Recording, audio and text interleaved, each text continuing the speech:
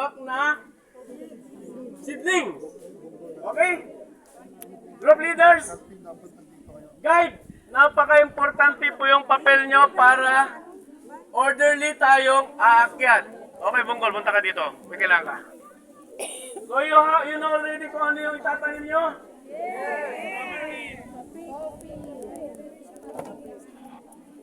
From group 2 hanggang 23, tuloy-tuloy yan. Pero, wag po kayong humalo unless yung ibang grupo parehas kayo ng itatanim na puno. Okay? Okay, dagdag ko na lang. Si group 2, ang itatanim niya ay coconut at saka guyabano. Anong group tayo? Anong group? Review lang ito, review. I believe na i-release sa inyo ng ano nyo. Group 4, mangustin. Ayun, nagtatanim nyo po ha, nandun na sa taas, yung seedling. Group 5, cacao. Cacao, group 5. Group 6, 7, 8, tamarin. Yun po yung tatanim mo. Tatlo kayong grupo kasi marami ito. 600 plus na puno.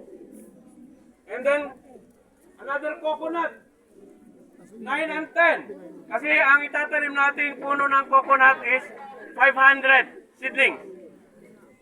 And then, coffee, cashew, group 11, coffee, group 12, cashew, kasoy. Group 14, again, coconut. Group 15, durian. Group 16, guyabano. 17, 18, 19, 20, coffee. Kasi 1,800 seedlings yung coffee natin. 4 na hektarya yung tataniman natin.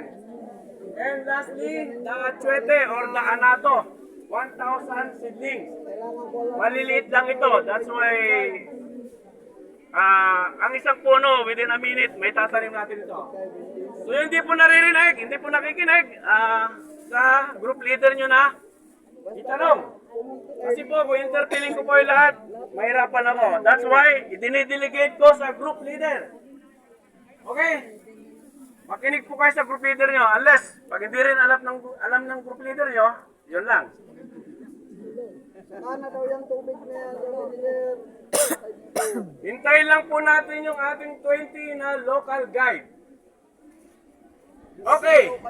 Safety briefing. While en route, while on hike, while in hike, ibig sabihin, packet tayo. Although hindi naman siya masyadong matarik, but ingat pa rin kasi medyo madulas. Take note ha, hindi po tayo magmamadali, hindi ito karera. 2 hours yung pagtatanim natin ng 3 puno. Kaya ba yun? No, so we have plenty of time. Hindi tayo magmamadali. Normal pacing lang. Ang importante yung safety.